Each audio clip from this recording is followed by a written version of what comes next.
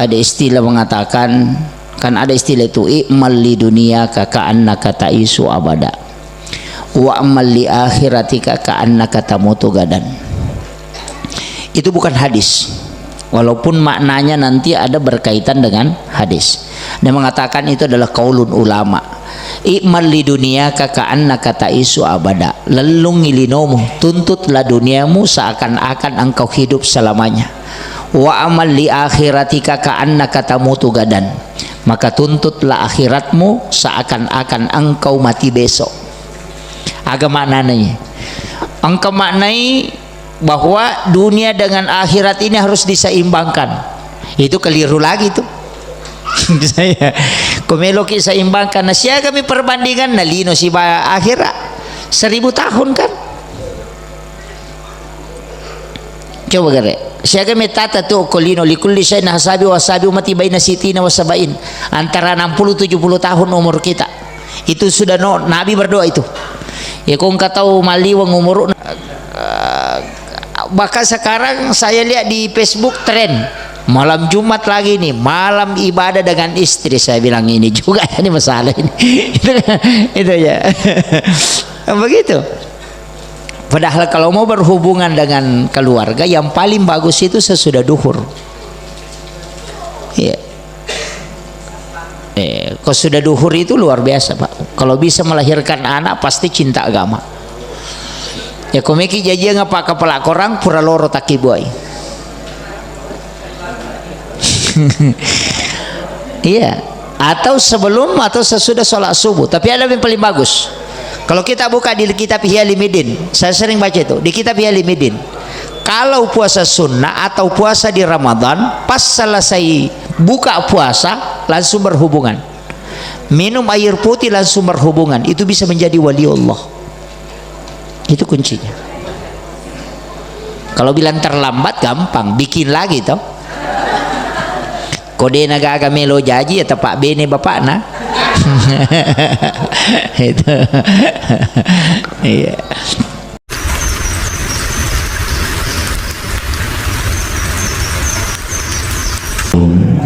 Assalamualaikum warahmatullahi wabarakatuh.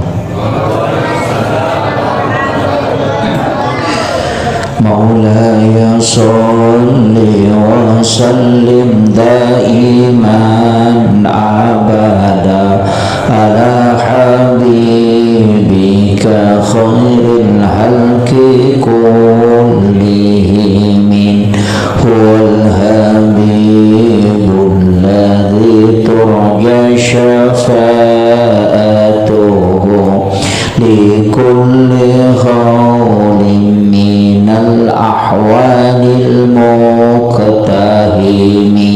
ya Rabbi bil Mustafa balligh maqasidana waghfir lana ma madaya wasi'al karami ya Rabbi bil Mustafa balligh maqasidana waghfir lana ma madaya wasi'al karami ila khudratin Nabi Mustafa sallallahu alaihi wasallam Muhammadin al-Fatihah. A'udzu billahi minasyaitonir rajim. Bismillah. Alhamdulillahirabbil alamin arrahmanir rahim. Iyyaka na'budu wa iyyaka nasta'in.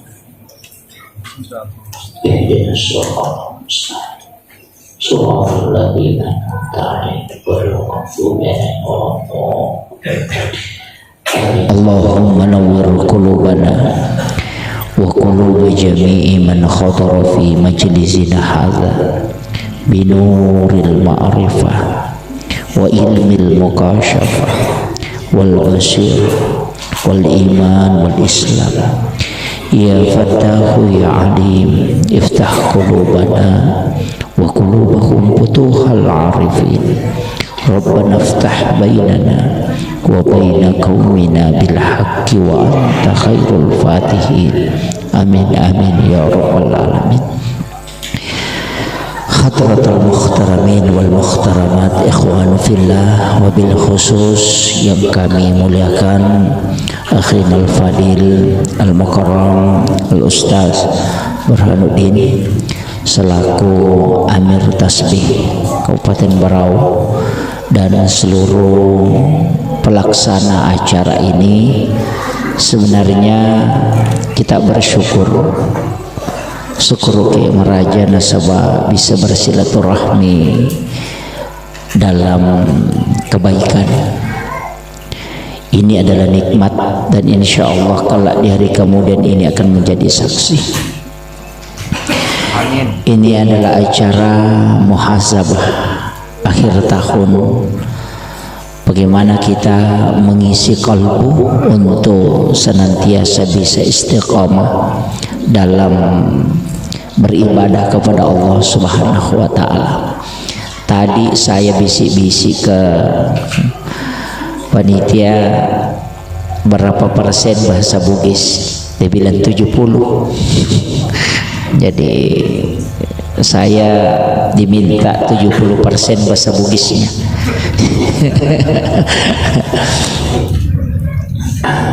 Jadi pertama saya sampaikan bahwa ini tasbih sebenarnya inilah satu gerakan tokoh agama di Kabupaten Sidrap, itu untuk menggerakkan seluruh masyarakat untuk cinta masjid dan cinta dakwah. Makanya sebelum ada tasbih di Kabupaten Sidrap, jamaah masjid itu biasa hanya sampai 20, paling tinggi 10 orang, kecuali masjid-masjid tertentu. Tapi setelah ada tim armada safari yang memotivasi datang ke masjid-masjid untuk memotivasi, hampir semua masjid di Sidrap itu adakan pengajian setiap pekan. Kemudian jamaahnya sampai 4 sampai 5 saf. Kalau kita di Islamic Center itu biasa sampai kurang lebih 2000 jamaah kalau sholat. Jadi itu luar biasa. Jadi di Berau ini menggerakkan itu karena tugas seorang dai adalah mengingatkan, nanti Allah yang memberi hidayah. Jadi nanti kita itu penceramah, para tokoh agama, pecinta sholat berjamaah akan ditanya, apa yang kau lakukan? Apakah engkau mengajak sesama muslim untuk datang ke masjid? Jadi nanti kala ini akan menjadi pembela kita di yaumil akhir. Ya, maka di guruta tugasna tu tawe mil Allah Ta'ala patentui apakah dia diberi hidayah atau tidak. Jadi kalau kita menjalankan tasbih ini, kalau ada orang ikut berarti itu hidayah dari Allah. Kalau tidak ikut berarti belum diberikan hidayah. Istilahnya begitu. Jadi jangan merasa wah merejing metani jaman dia pajak nasiaga tahu, enggak usah khawatir. Tetap istiqamah karena kebaikan begitu pasti ada ujiannya. Ini yang pertama saya wasiatkan. Kemudian sebenarnya begini. Kalau kita ingin muhasabah diri, istilahnya melu irana-rana perjalanan kehidupannya. Kita ini manusia sebenarnya tidak boleh terlalu bangga dan sombong, tapi kita patut bersyukur. Jadi jangan sombong, jangan terlalu bangga, tapi kita harus banyak bersyukur. Magai pertama, kita itu dari satu titik air yang hina, dari satu titik air mani. Awalnya, kemudian dari situ berbentuk darah, kemudian daging, kemudian dibungkus ada tulang, kemudian jadilah manusia. Lahir itu dalam keadaan hina. Kita lahir itu hina karena tidak ada pakaian. Kita lahir ke muka bumi ini dalam keadaan telanjang, tidak membawa secarik kain pun tidak. Tengerangi gare. Coba riwaki gare lo korman nawanawe maka dawe jaji ka okolino desi gaga ubawa. Iya, kita lahir di muka bumi begitu. Kemudian dari awal kita merangkak, kemudian bisa jadi seperti ini. Makanya madarikatia, maka ada Bapak Ibu sekalian, orang sombong sekali itu kalau tidak mau sujud. Iya. Jadi sangat sombong memang manusia itu kalau tidak sujud. Rezeki itu sudah ditetapkan, jodoh itu ditetapkan, antara orang baik dengan orang buruk itu sudah ditetapkan. Orang istilahnya orang yang senang dengan tidak itu sudah ditetapkan. Makanya ulama kita yang hitung-hitungan, ada yang menghitung itu angka 7 itu. Ini pelajaran bagi ilmu hikmah. Angka 7 itu ada hikmahnya, Pak. Kenapa orang tua dulu itu selalu menggunakan angka 7? Jadi 17 rakaat sholat, kemudian 7 hari dalam satu pekan, 7 putaran tawaf, sa'i juga 7 putaran, langit itu 7 lapis, tanah itu 7 susun, itu 7 semua. Kenapa ini angka 7? Itu ada rahasianya. Kenapa orang 7 hari kelahiran di akikah, 7 tahun dia lahirnya diperintahkan untuk kita memerintahkan anak sholat? Kenapa 7? Kenapa bukan 5? 7 tahun umurnya anak sudah masuk sekolah SD. 7 tahun kemudian 10 tahun kita disuruh menyuruh anak kalau tidak sholat kita pukul, karena dia menghadapi 7 tahun kedua di umur 14 tahun. 14 tahun umurnya anak berarti dia akan masuk SMP. 7 tahun kemudian dia masuk perguruan tinggi di umur 21 tahun. Umur 21 tahun itu sampai 28 tahun disuruh menikah. Kenapa? Karena kalau dia tidak menikah di situ, kadang dia tidak menikah sampai 35 tahun. Itu ada hitung-hitungannya, Pak. Jadi dalam ilmu hikmah itu luar biasa. Jadi kalau kita mau hitung itu kan kunci 7 bulan kandungan, ya kan? Ikut tampu ya anak pitung pulang itampu na biasa adakan syukuran 7 bulanan. Kenapa 7? Kenapa bukan 4 bulan? Padahal di situ ditiupkan ruh. Kenapa diambil 7? Itu ada nilai, ada hikmah di situ, Pak.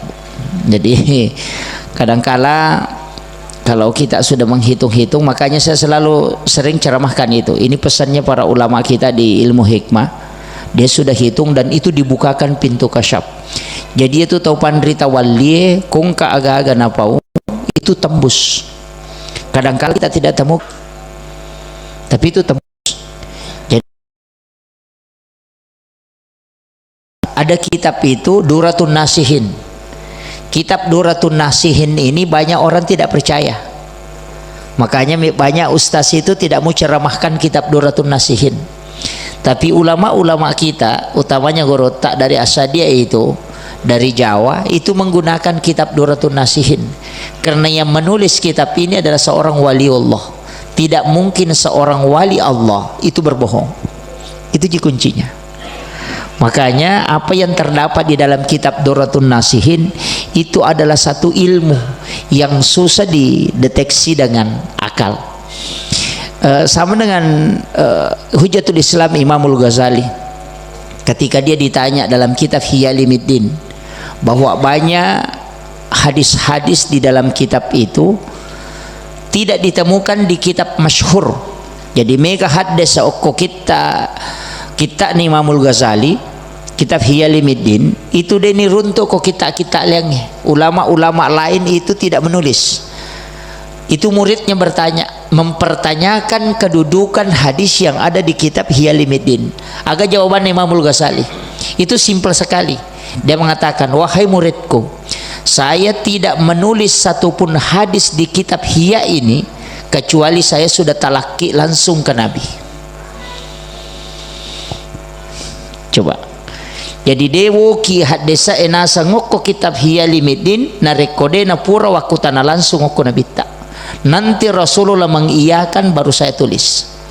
Berarti di dalam kitab ini kurang lebih 200 hadis yang ada di dalamnya. Berarti Imamul Ghazali ketika menulis kitab ini kurang lebih 200 kali, 400 kali mimpi ketemu Rasulullah. Itu. Jadi makanya itu disebut dengan kitab tasawuf monumental. Jadi cuma kalau orang ini ndak, agak berat. Jadi kita, makanya saya bilang kita harus banyak membaca kitab-kitab, termasuk kitab-kitab ulama. Yaitu Pak disangangnya makoro Pak. Ada kajian tasawuf, ada kajian fikih, ada kajian tafsir, ada kajian hikmah. Jadi kalau kita di dalam Islam pun begitu, ada kajian hukum, ada kajian tauhid, ada kajian akhlak. Jadi iya kok kajian fikih ulamanya disebut fuqaha. Iya kok kajian tauhid ulamanya disebut murabbi. Kalau kajian akhlak ulamanya disebut mursyid. Si salah. Jadi kalau kajian Islam itu hukum-hukum mazhabnya Syafi'i, Maliki, Hanafi dan Ahmad bin Hambal. Itu mazhabnya, ulamanya disebut fuqaha. Ya komendrai satu tingkat disebut kajian tauhid atau kajian iman. Nah, iya kok kajian iman ulamanya bukan fuqaha tapi disebut murabbi, mazhabnya Mu'tazilah, Jabariyah, Qadariyah, Sunni, Syiah. Beda itu. Jadi ada lagi satu tingkat, itu kajian ihsan, itu akhlak. Jadi ulamanya disebut mursyid, mazhabnya Khalwatiyah, Saktari, itu begitu. Jadi Sammam, ada Yusufiyah, ada Qadiri, itu tarekat-tarekat. Jadi agama ini nanti sempurna kajiannya narik ya lamanang. Ya koma guru mi bawa piki mapangiwangi itu materu. Gitu. Belajar fikih itu pasti berdebat dan ini tidak boleh dicampur Pak. Dia buat dicampur. Kajian adab dikasih turun ke kajian tauhid, itu yang bahaya. Termasuk begini, saya kasih contoh. Kadang orang itu Pak bahas tauhid tapi contohnya salah. Ya sang, hormat kepada bendera merah putih itu musyrik. Coba, sungkeman ke orang tua itu musyrik. Kenapa? Itu salahnya penceramah. Itu kajian akhlak dikasih turun ke tauhid. Coba. Jadi hormat kepada bendera itu takzim, penghormatan kepada pejuang yang memperjuangkan negara. Itu yang kita hormati, bukan menyembah. Nah, ketika ditarik ke tauhid dianggap menyembah. Ini jadi masalah. Ini mengatakan hormat kepada bendera merah putih musyrik karena dia menyembah bendera. Kan begitu. Itu yang salah. Makanya kadang contohnya yang salah, kajiannya juga ikut. Itu bahayanya Pak. Termasuk kemeloki malai dasar ya, namun mandre Pak bura musyrik itu. Kan begitu. Karena makan obat juga menyembuhkan. Kan begitu. Ini bahayanya. Makanya kajian akhlak tetap akhlak, kajian tauhid tetap tauhid, kajian hukum tetap hukum. Ya kau hukum fikih, ya kau fikih pasti berbeda. Nah sebab Allah Ta'ala maka walizalika halakahum, demikianlah aku ciptakan engkau. Maka di Allah Ta'ala aku melo pasti di satu paham untuk umat hambaku, saya bisa. Tapi Allah mengatakan saya tidak lakukan itu. Jadi ya kau tahu cik demi pendapat menapa kita upusannya tuh. Karena Allah memang yang menginginkan kita berbeda, tapi perbedaan dalam hukum fikih itu. Ini penting. Makanya kalau belajar agama ndak usah terlalu. Kemarin saya sampai ada beberapa orang yang pertanyakan ini, saya bilang beda. Kalau bicara tasawuf ya beda. Kalau bicara fikih beda. Orang kalau bicara fikih kalau sakit berobat. Kan begitu. Ya kumalah sakit maburaki. Karena memang Nabi mengatakan likulli da'in dawa, setiap segala penyakit itu ada obatnya, maka berobat. Kalau sakit berobat. Kalau ahli tasawuf mengatakan orang yang sakit kemudian berobat itu kufur nikmat. Coba kira Jadi ya kong ka tahu malasa na makbura tahu dia na sukuru. Ya kini maka dakian ka tahu malasa dia na makbura tahu belengi itu. Ya begitu. Kenapa? Karena masing-masing ada hadis. Siapa yang sakit maka berobatlah. Tapi ada hadis yang mengatakan ketika umatku terkena penyakit sehari semalam 1 tahun dosanya dihapuskan oleh Allah. Kaya kena pakai. Makanya ahli tasawuf, ahli sufi itu mengatakan ya ko malasa ki isya sosiwan ni si tahu dosa mapacing bimui ko metaki malasa supaya capui dosa daripada to madisi namanya dosa. Kan begitu? Coba makanya kajiannya beda. Makanya kalau tasawuf memandang, melihat bukan pada lahiriahnya, melihat hakikatnya. Kalau kita ahli fikih melihat teksnya, makanya beda Pak.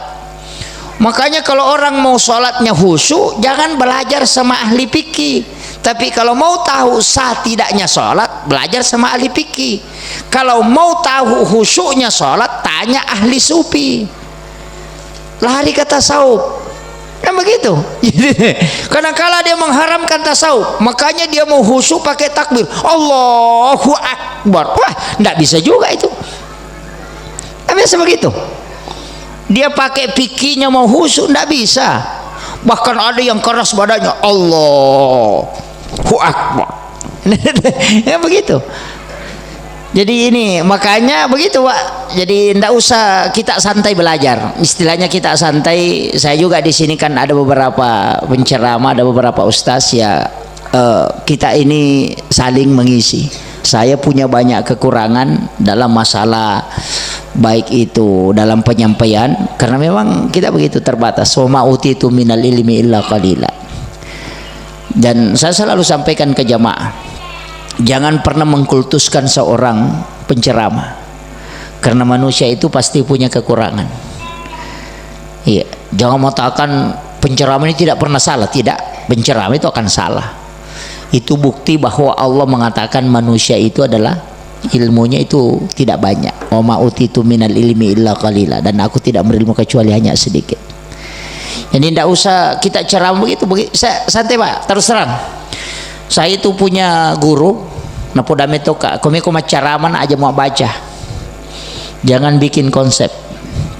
Jadi saya itu ceramah begitu, tidak pernah ada konsep. Saya cuma tawakal saja kalau mau ceramah. Orang mau terima tidak bukan urusan saya. Yang penting saya sudah sampaikan. Maka dia guru taya kongka gaga mau pasadia. Biarkan Allah yang menunjukkan dalam kalbumu nanti apa yang dibutuhkan jamaah. Saya santainya begitu. jadi kalau ada ini anak-anak kita mau ceramah pakai itu saja. Tapi nanti pulang dari ceramah baru membaca.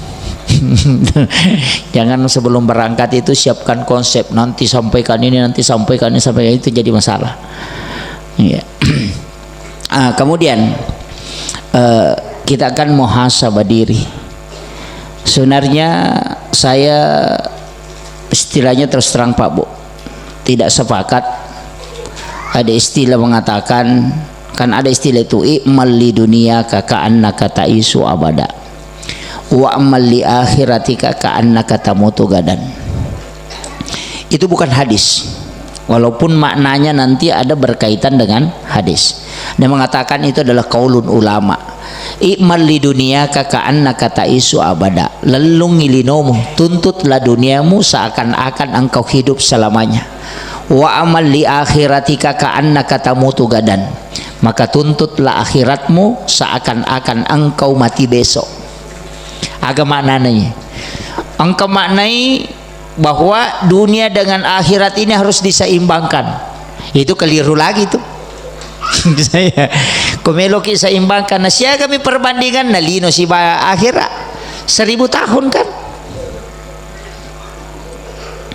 Coba gare. Sia kami tata tuh kolino likulli syai'in hasabi wasabi umati baina sitina wasabain. Antara 60 70 tahun umur kita.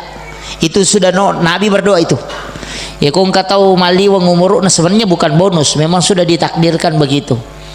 Walaupun ada orang yang dikasih bonus bisa dipanjangkan umur. Makanya komeloki palampiri sungai teh palampiri umur tak ada itu. ada doanya. Dia mengatakan, Pak Ustaz, kan sudah ditentukan ajal itu tidak bisa dirubah tapi bisa berubah. Ingat, takdir itu tidak bisa dirubah tapi bisa berubah. Kalau dirubah berarti kita yang merubah, kalau berubah berarti yang menetapkan yang merubahnya. Itu beda bahasanya, Pak. Saya pernah berdebat dengan beberapa guru itu, di situ ternyata perbedaannya. Jadi takdir itu tidak bisa dirubah tapi bisa berubah.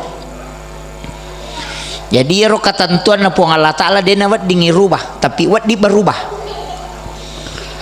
Cuma fiko carana, kalau Allah yang merubah itu selesai. Makanya Nabi mengatakan berdoalah, karena doa itu bisa termasuk sedekah, bisa menolak bala. Bala kan sudah ditentukan, cuma ya bala apa angka ditentukan 1 hari, ada ditentukan 1 tahun, ada ditentukan sejak kita lahir. Ya kita tentukan 1 tahun itu nisfu Sya'ban. Makanya matuk mulai dari malam 1 Rajab itu gunakan. Ini untuk orang-orang yang betul-betul mau fokus, pasangi ibu-ibu, anak-anak kita yang masih sekolah, minta tokoh agama misalnya kita penceramah, wanti-wanti itu 6 hari dalam 1 tahun. Pertama malam 1 Rajab, wanti-wanti ini. Kalau tidak salah itu tanggal 21 bulan 1 atau tanggal 20-an itu bulan 1, itu malam 1 Rajab. Magina malam 1 Rajab pionroi milodong, nasabak di situ pintu langit terbuka. Jadi itu kondisi di naraja tak buka pintu nalangi. Karena di situ nurnya Rasulullah diturunkan ke perut ibunya Siti Aminah.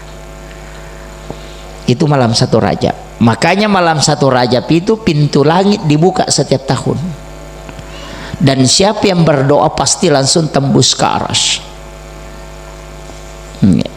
Jadi 7 pintu langit itu terbuka di malam 1 Rajab. Yang kedua malam nisfu Sya'ban, terbuka juga di situ.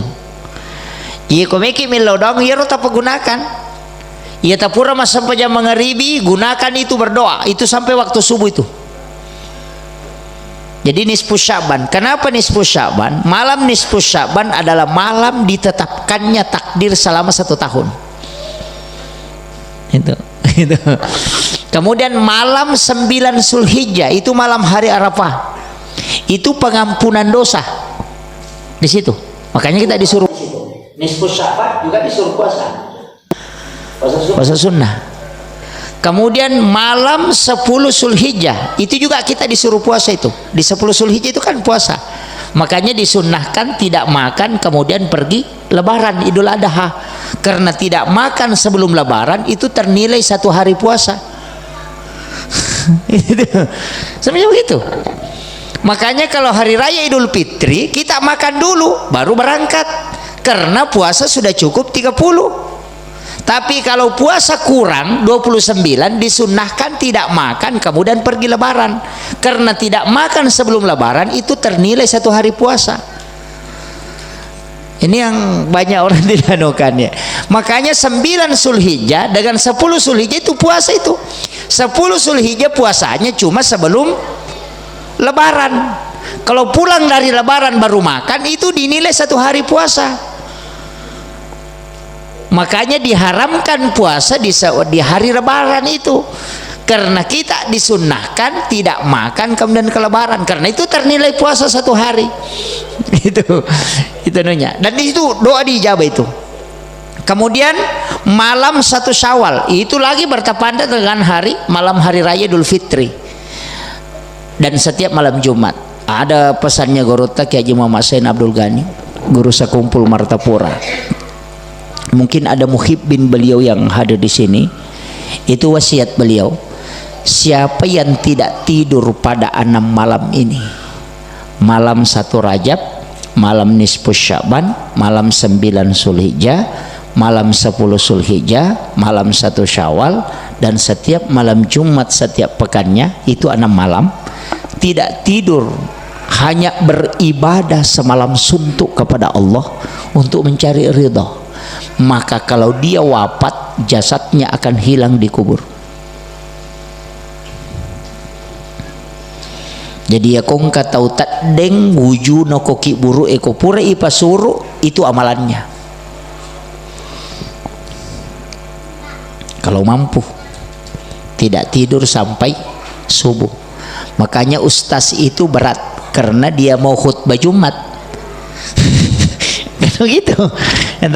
Apalagi mau ceramah lebaran. Oh, tidak tidur sampai pagi. Nah, dari situlah ulama kita mengajarkan doa baca surah Al-Insyirah 7 kali sesudah sholat asar dan sesudah sholat subuh, supaya tidurmu sedikit, makanmu sedikit. Itu cuma saya diajarkan sama guru tak ini di dalam tirakat, kalau kita baca surah Al-Insyirah, Alam Nasrah, itu kalau sudah sampai 1 kali itu ditelan, kita menelan, mengemak. Jadi dibaca 7 kali. Orang kalau lapar sekali tidak ada makanan, cukup pakai itu, insya Allah tidak lapar itu. Itu kuncinya. Dan tidak banyak tidur. Biar tidurnya hanya 2 jam, itu sudah tidak ini. Tubuh juga itu fit, tidak terpengaruh dengan kondisi berat. Kau nampak barakah ibu Allah Ta'ala. Jadi saya kasih tahu ini, itu kuncinya. Itulah ilmunya ulama. Jadi dia tidak minum vitamin, tidak makan vitamin, tidak minum vitamin, suplai makanan tidak dia minum, cukup pakai itu. Surah Al-Insyirah, Alam Nasrah. Dan kalau ada orang mengamalkan ini, tidak akan pernah berada pada posisi rendah, selalu diangkat derajatnya oleh Allah. Orang yang banyak membaca surah Al-Insyirah, kayaknya anak-anak yang sekolah suruh baca itu Pak Bu. Kong kalau terima jamaah masih mah honor ki, baca itu. Masih anak buah di perusahaan, baca itu, amalkan terus itu. Karena Allah, insya Allah Allah akan mengangkat derajat. Karena itu surah memang dihadiahkan langsung untuk Rasulullah. Saya kasih tahu, itu kuncinya Pak. Itu surah Al-Insyirah itu luar biasa kalau kita mau pakai. Lam Nasrah. Nah, sebenarnya kan surah di dalam Al-Quran itu ada surah-surah tertentu memang. Kami tahu itu surah tertentu kan jai baca, bagus diamalkan. Jadi itu kuncinya kalau kita mau mengamalkan surah, termasuk surah Al-Kautsar, surah yang pendek tapi manfaatnya luar biasa. Bahkan, tapi ini bukan untuk anak-anak, ini untuk orang umur 40-an ke atas lah. Utamanya penceramah, amalkan itu. La ilaha illallah Muhammadur Rasulullah, itu 41 kali sebelum tidur. Tapi itulah doa terakhir, bacaan terakhir. Tidak ada la ilaha illallah Muhammadur Rasulullah, la ilaha illallah Muhammadur Rasulullah. Itu dibaca 41 kali pada saat sudah baring, dan tidak ada bacaan sesudahnya. Jangan lebih, jangan kurang, 41 kali. Pas bangun, jangan bangkit dari tempat tidur, masih dalam keadaan baring, baca itu 41 kali. Istiqomahkan 40 hari. Istiqomahkan. Cuma kalau pernah lupa 1 kali, itu diulang lagi dari 1. Start lagi 0. Jadi itu susahnya kalau amalan itu. Jadi baca la ilaha illallah Muhammadur Rasulullah. Ada juga ulama kita mengatakan cukup la ilaha illallah. Di la ilaha illallah, la ilaha illallah itu 41 kali pas sebelum tidur. Kalau pas bangun jangan langsung berdiri, langsung jangan duduk, langsung dalam keadaan baring baca itu 41 kali baru tinggalkan tempat tidur. Itu ilmu kasyaf. Itu ilmu kasyaf. Jadi cuma jangan heran kalau bisa mendengarkan ada suara-suara lain. Jadi biasa kayak batu itu kita dengar ada suara dari situ. Dari makanan ada pohon biasa kita dengar ada suara kayak zikir. Makanya dari situlah ulama tahu ya sikiri na batu ya sikiri na, karena dari situ. Orang kalau mau ziarah ke makamnya para ulama, dia bisa tahu kalau ruhnya itu ada karena dia pakai ilmu itu. Itu saya kasih ini ilmu khusus. Tapi jangan dipakai untuk hal-hal yang lain. Cukup itu. Saya bilang umur 40 ke atas bisa amalkan itu. Itu ilmu kasyaf. Kalau mau dikasih ilmu tembus, pakai itu, Pak. Tidak susah itu. Yang penting kita istiqamah mengamalkan. Cuma begitu, jangan khawatir, jangan takut kalau misalnya lewat kemudian ada suara-suara kita dengar. Jangan. Makanya ada beberapa ulama kita itu sambil duduk dia mengatakan syekh ini datang, itu sebenarnya dipakai. Karena ruhnya orang-orang alim itu, para wali Allah itu tidak mati di sisi Allah, bisa bersilaturahmi. Karena Allah kayak yang bilang, sesungguhnya mereka itu tidak mati, bahkan dia hidup dan bisa memberi rezeki. Ini yang jarang orang mau kaji. Dianggap orang kalau sudah mati selesai. Padahal Allah yang mengatakan bal ahya, dia itu hidup, bukan mati, Pak. Ya, terus terang ada di makam-makam para wali di sini, makam ulama kita khas datangi kuburannya. Yang paling bagus itu malam Jumat.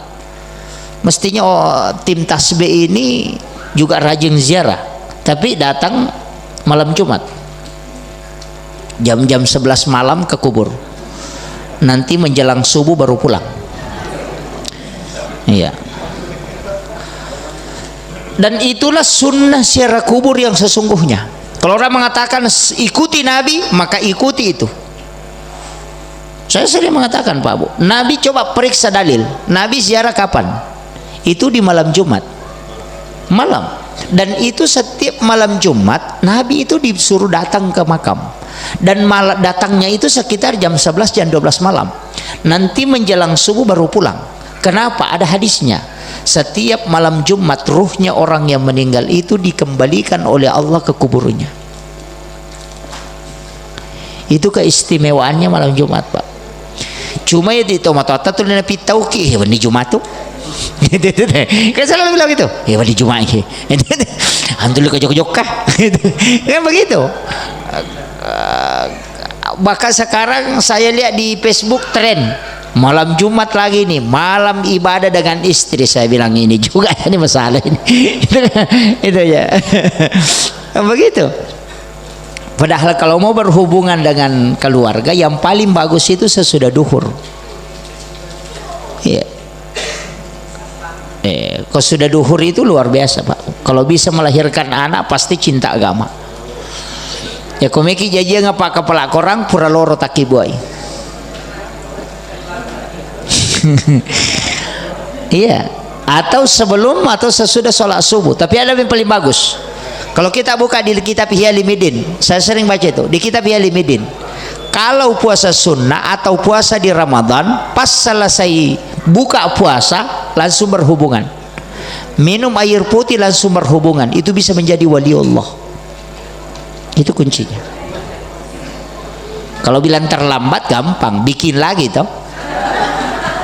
Kode naga melo jaji atau Pak Bene bapak nah. Itu. Iya. Itu kuncinya. Kenapa duhur, Pak Bu? Ada kan hadis Nabi, ketika engkau ingin masuk ke dalam kamar ibu bapakmu di siang hari, maka ketuk pintunya. Itu isyarat. Gorota Profesor Dr. Quraisy Shihab waktu nabo timpar gorota Profesor Dr. Arifuddin ya mirona podangi ya komeko jajia ngawija-wija pak kepala korang ahli agama cinta ilmu pura loro maki buai itu Prof. Quraisy Shihab amanahkan itu agak nasa Pak Prof. Arifuddin wah dia apa natuliji dia apa nasang madar pura subuh si pura loro ya kolore mapakulia kak iya ko subuh mah pengajian nggak, maka dia guru tadi tuh nanti 5 pengajian ko.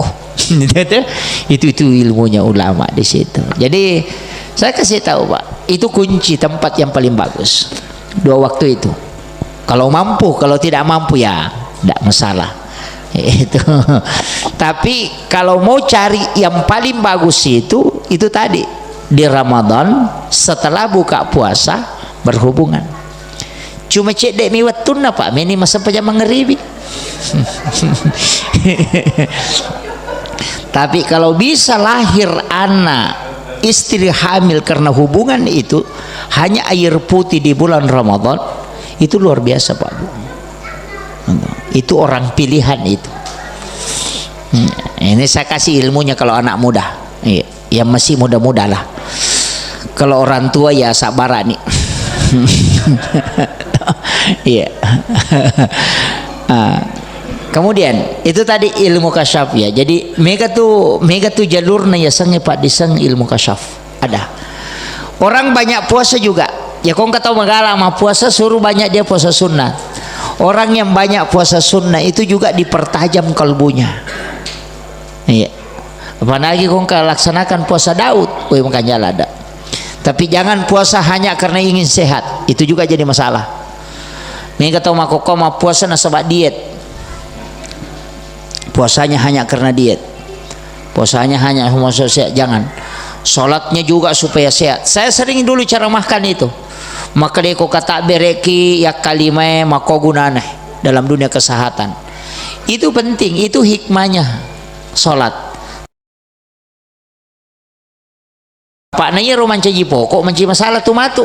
Ya nang kepacara mana marunan lapalat tu matu pekoni. Ya korokok ya aku gunane. Nah peruntuk matu teh olahraga yang lebih bagus daripada sholat, tinggalkan sholat. Kan bahayana. Siapa tahu yoga nanti lebih bagus daripada sholat, maka nanti lebih baik yoga daripada sholat karena tujuannya sholatnya kesehatan. Itu yang bahaya. Jadi sholat itu tetap sholat, cuma ada hikmahnya, yaitu hadiah, itu saja. No? Jadi makanya saya wasiatkan pakajaki sampai jata. Satu sholat sunnah yang selalu saya katakan bukan sholat malam, bukan sholat duha, bukan sholat hajat. Satu sholat yang istimewa itu sholat witir, melebihi dari semua sholat yang ada. Nah sebab dega Pak sempajan najami pun Allah Ta'ala menjadi waliullah kecuali witir. Komeki mencaji wali awitir iki